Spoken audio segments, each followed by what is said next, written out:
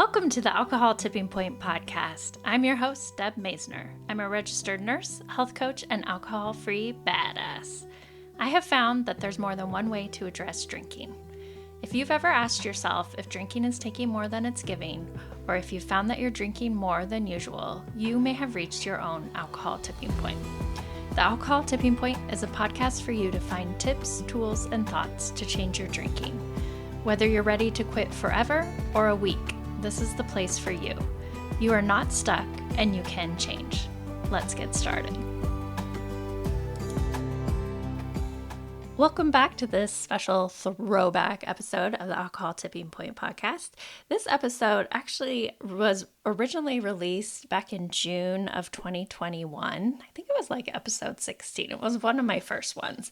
But I think that it's worth listening to again because it's so helpful for understanding your brain and why it's so hard to quit. Why do we drink more when we tell ourselves to stop? Why can we logically know we don't want to drink, but then we just seem to keep drinking? So I think it helps to understand how your brain works, why you think the way you do, and then I will give you some tools for how to manage that and step away from the urge to drink. And this is just one of the tools that I share in the Alcoholiday, which is that monthly program I do to help you take a break from drinking. And I just want to invite you, if you want to join an Alcoholiday, I'd love to have you. You can go to alcoholtippingpoint.com/alcoholiday and join the next one. I hope you find this episode helpful, and I will talk to you next week. I'm really excited to do this solo episode. It is about your brain and how your brain relates to drinking and habits. And I just find it really helpful because basically your brain is doing exactly what it was born to do. I mean, you are normal. You are not broken. Our brains are they're superpowers. They've been evolved over time to function for us. And yeah, we may be stuck in this habit loop of drinking, stopping drinking, wanting to stop drinking. We might be stuck in it, but there's a reason, and we'll get into it. So first of all, I read this really interesting statistic, and that is that 98% of everything we know about the brain has been discovered in the last 13 years. I had no idea. And so 80% of what scientists thought was true about the brain before 1995, that's when I graduated high school, by the way, that's been found to be false or misleading. So there's all this new information about our brains. And I think that's just amazing. I am not a neuroscientist. So I just want to preface this whole episode by saying that I am a nurse. I do have a medical background. I do have a psychology degree, and I am a health coach, and I do study habits. So that's a little bit about my background. But what I wanted to do is just take what I know about the brain and just make it simple for you to understand. And if there is a neuroscientist listening, I'd love to have you on my show. I really would like to talk more about our brain and addiction and habits and all that good stuff. So let's talk about the brain. Basically, your brain is a mullet. It looks and functions like a mullet. And for those of you who don't know what a mullet is, it's a fantastic haircut that men got. I don't know if it's come back or not, but it was kind of like an 80s redneck Southern haircut where the hair was cut really short in the front and then kept really long and flowing in the back. So it's been known to say business in the front, party in the back. And that's what your brain is like. So the front part of your brain, that's the business side. That's got your cortex. And that is the thinking side. That is what does all our decision making, our problem solving, our creativity, our discovery. It's basically like your internal computer. It helps you sort, process, and store information. So that's that business working logical side. And then that back part of your mullet or your brain is the party side. And that's the side that's all about emotions. It's about sex. It's about eating. It's primitive. It's got your primitive structure, your brainstem, and then it also has the limbic system, which is technically in the kind of more in the middle of the brain. But the limbic system is that emotional side of us. Stem, like I said, that's like your reptile brain. That's we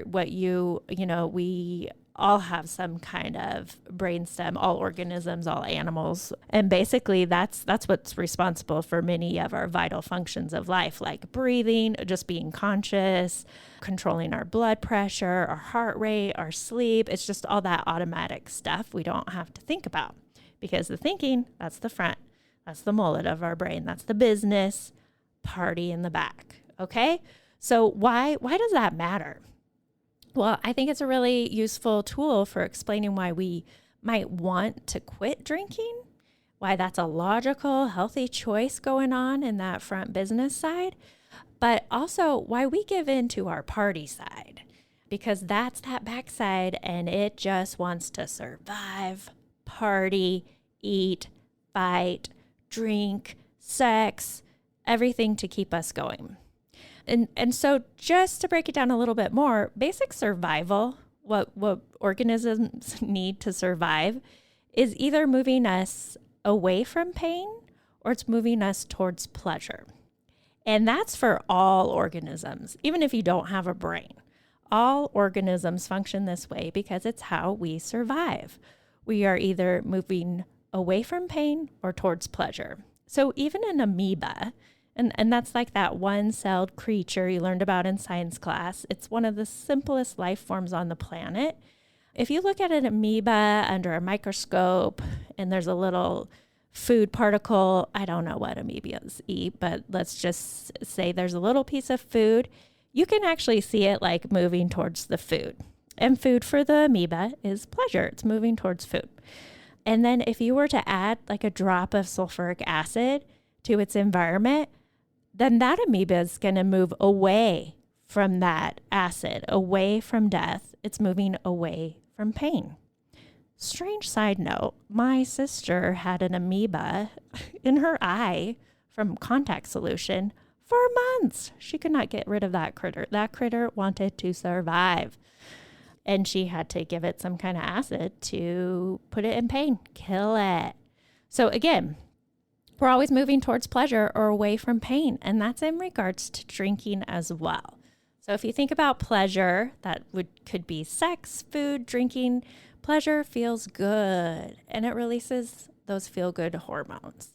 And then pain, when we drink because of pain, we're basically drinking to avoid pain. So that might be the pain of anxiety. That might be the pain of like a new social situation. Maybe you're dating. Maybe you had a bad day at work, stress with the kids. Like, we don't like to feel that way.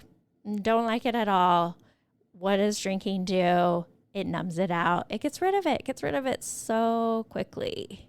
So that brings me to a big question that you may have noticed when you try to stop drinking. You may have noticed paradoxically that you end up drinking more. Why is that? Why, when we're like, I'm done, I'm not going to drink, we end up drinking more? Well, that's that party side. That's that limbic system, party side of our brain. And it does not like being told what to do. And it doesn't matter who's telling us, if it's coming from ourselves or others. The party side of the brain does not like statements or words like, don't you ever. It does not like absolutes like always, or no, or you better, you have to. Oh, you have to. Those really get the party side fired up. And it basically goes, oh, hell no. Oh, no. And it perceives it as a threat. And when we feel a threat, the limbic system's stimulated and our fight or flight response kicks in. And it becomes uncomfortable and it becomes painful. And that's what we're feeling with a craving. And we've kind of made it even more painful when we've told ourselves, you can never have a drink again. You will never drink again. You have to stop drinking. It just fires up another side of ourselves. And uncomfortable again. And guess what relieves that pain and provides the pleasure? Drinking. We've just made it even more of sustainable habit, because quitting drinking causes us pain and drinking relieves the pain. So that one substance, alcohol, is both causing us pain and relieving pain. And that's what makes it so tricky. And it's also created more and more of like this habit loop in ourselves, where we have created this pain system that's really hard to get out of. But again, you're not broken. Your body, your brain is doing exactly what it's supposed to do to survive. So next, we're going to talk about neuro pathways in your brain. And so those are like the roads and highways in your brain. And when you build a neural pathway, you could think of that as a habit. Some are very automatic, like brushing your teeth, taking your pills every day, taking a shower. You don't have driving. Driving has become very automatic. And that's just created this really efficient road in your brain to get shit done, right? And so what you have done with your drinking is you have built the Autobahn, the super fast highway for moving towards pleasure and away from pain. So anytime you feel stressed, your brain's like, a drink will relieve that. And it's going to get on that highway and feel better right away. Same with pain, well, we did talk about pain. That was stress. Let's get on the highway. Let's feel better. Same with pleasure. It's my daughter's 10th birthday. I'm going to have a drink to celebrate. Woo! What can I add to this? Like, I'm on the pleasure highway. And so when you are trying to change a habit, that is why it's so hard, because you've built this really efficient, fast, smooth road in your brain, and now you need to build a new one. And that's difficult. I mean, I'm living in Boise, Idaho. We have a lot of road construction around. And I think you know how difficult it is to build a road. You got to dig it out. You got to lay the dirt. You got to lay the gravel. You got to do the asphalt. I mean, it's a pain. And so that's what's happening when you're trying to create a new habit of not drinking when you feel uncomfortable, when you feel stressed, when you're at a party. You're building a new road, essentially. And the old road is still there. And it's faster to get to where you want to be, right? You want to be out of this uncomfortable feeling of social awkwardness. Well, I could take this really quick road in the form of a Corona, a bad choice of a drink. I mean, really. But anyway, I could have a beer, I could have a glass of wine, and I will feel better. I will be away from the pain of the social anxiety, and I will feel pleasure with the dopamine release when I do take that drink. And it will work for a little bit, right? But then your thinking part of the brain, the business side of your mullet, it knows like, but if I drink during this party, probably not going to have one drink. I'll have two. I'll have four. I'm going to feel like crap the next day. And I have to work the next day and I have to get up early. But your party side's like, dude, no, we're partying. We are partying. And it's overrun. You wouldn't think that the party side of your brain is more powerful than the thinking side of your brain, but it kind of is, because it has so many automatic functions. It's quick. It's so quick. The thinking side is not as quick because it's thinking. It's taking time. It's analyzing it. It's running the numbers. This is the business side. It's working. Party side is just like, time to go. Time to get our rage on. So that's what makes it hard when we're trying to stop drinking. It's just so easy to have a drink, go on that same road, and not build our new road. So again, when you're constructing that new habit, that old road is still there. And that's why it's so easy to fall back to that habit. If you're forging a path through the forest, you got to cut down all those trees and obstacles, and it takes some time to make that new habit. But you know that, oh, there is a shortcut. There's a faster way. Maybe I'll just go there today. And then the next day, I'm going to go again. I'll get back to making my new road. I'll get there. But then you go back to your Audubon because it's pretty freaking cool and fast. But still, you want that forest. So that's why it takes so long and so many attempts to quit drinking. I mean, that's one way you can think of it. There are people that have, I think they call it spontaneous sobriety, that just quit drinking. They're done one day. I don't know what's going inside their brain, but that somehow they do that. But for most people, it takes some time to build a new road. It takes practice and it takes consistency. And so that's where sometimes, what was helpful for me as I was getting rid of my drinking habit was I would still be real close to my Audubon, real close to that road. I would still be like coming home from work, stressful day, or going to a party. But instead of drinking alcohol, I would drink a non-alcoholic drink, like an NA beer or a wine, like a No Way Rosé, some kind of alcohol-free substitute. And so that's where substitutes come in, because you're still close to that road that you've built, but you've removed one part of it. So you're getting closer and closer to your new habit. But also just, like I talked about before, you could be down your new habit road for years. You could be driving down your new road and you've already laid the groundwork. It's smooth now. It's another Audubon. It's another highway. Sometime you might want to go back and take that other route. It doesn't go away. So whatever neural pathways we make don't go away, but we can create new ones. So that's definitely something to keep in mind. And so one of the things that you notice is that triggers or cravings can lead us back down those other roads. So like I said, that could be a stressful day. It could be at a party. It could be you got into a fight. It could be it's 4th of July. It could be it's your birthday. It could be you got divorced. Could be so many reasons. Again, driven by pain and pleasure. Again, you're either going towards pleasure or you're going away from pain. And so what happens is you feel that craving, that desire to relieve the pain and feel good right now. And that's what a craving is.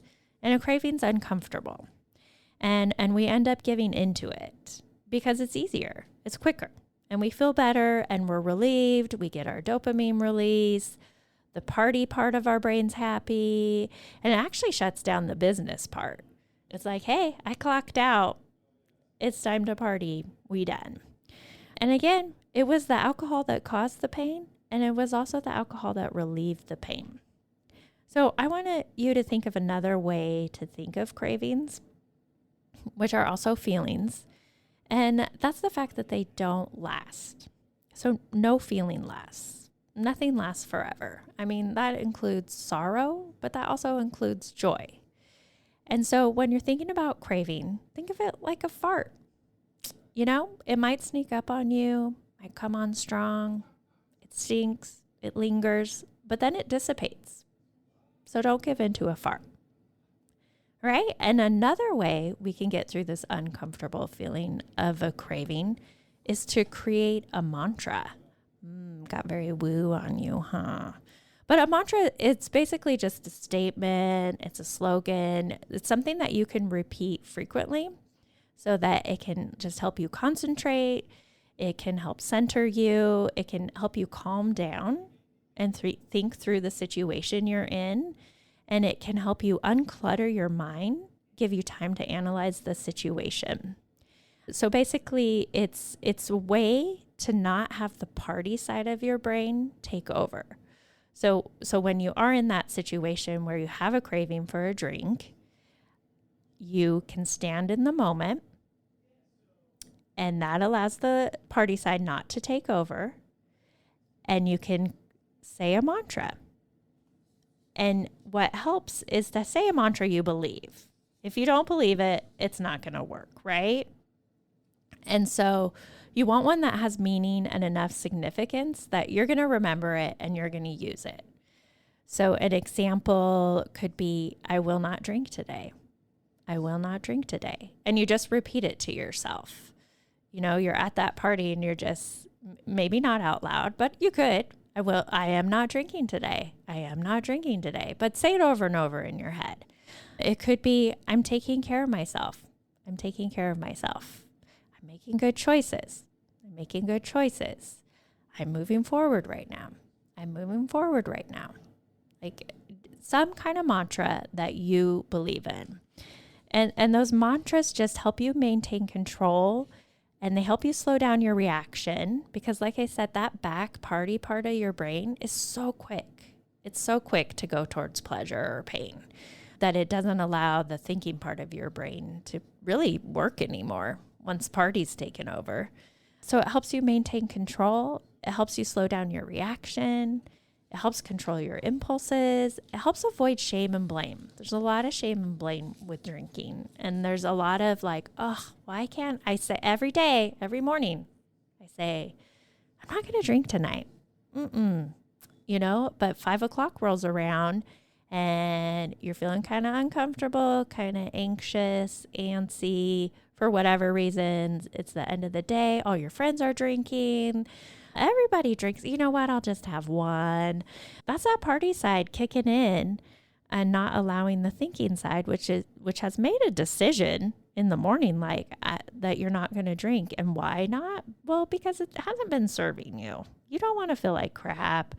You don't want to increase your cancer risk. You don't want to have a risky one-night stand. You don't want to get in a fight with your spouse. You don't want to have your kids see you drunk. You know, all that is going on up here in your business side of your brain, of your mullet. And then the back party side's like, I don't give a shit. Like, I want to feel good. And it takes over. So those mantras can come in real handy. So find one that works for you. And then another tool is taking that pause, like I said, and you can do that using mindfulness. We have a hard time living in the present, accepting the present, and being in the now and accepting it as it is and not how we want it to be. And that's the conflicting part inside our brains. Like, we want to feel good. We want to resolve this argument. We want spouse to listen to us. We want our kids to behave, but they're not. And so being in mindfulness, present moment, allows us to just sit with it and observe it without judgment and just accept it for that moment and uncomfortableness that it may be, because just like a fart, it will pass. It will pass. I guarantee it. It will pass. And that's why I'm so big on practicing not drinking, because it's not automatic. It's not one of the most automatic things we do. And listening to this podcast, I think you've heard, like, it's your brain, and it's your brain working very efficiently. It's doing what it's supposed to do. It's not broken. You're not broken. You do have the capability of changing it. And that's what's so powerful about our brains too. Like, we used to think that our brains were stuck, kind of like concrete, and that they couldn't be changed, that we lost brain cells, that we couldn't learn new things after a certain age, couldn't teach an old dog new tricks. We all now know that that's not true. Our brain can change. It's called neuroplasticity, and it can change, and we can change, and we can get over our drinking habit. We can do this. We have the power, and it is through practice, and it is through thinking, and it does take time. Thank you so much for listening to this episode of the Alcohol Tipping Point podcast. Please share and review the show so you can help other people too. I want you to know I'm always here for you, so please reach out and talk to me on Instagram at Alcohol Tipping Point, and check out my website, alcoholtippingpoint.com, for free resources and help. No matter where you are on your drinking journey, I want to encourage you to just keep practicing, keep going. I promise you are not alone and you are worth it. Every day you practice not drinking is a day you can learn from. I hope you can use these tips we talked about for the rest of your week, and until then, talk to you next time.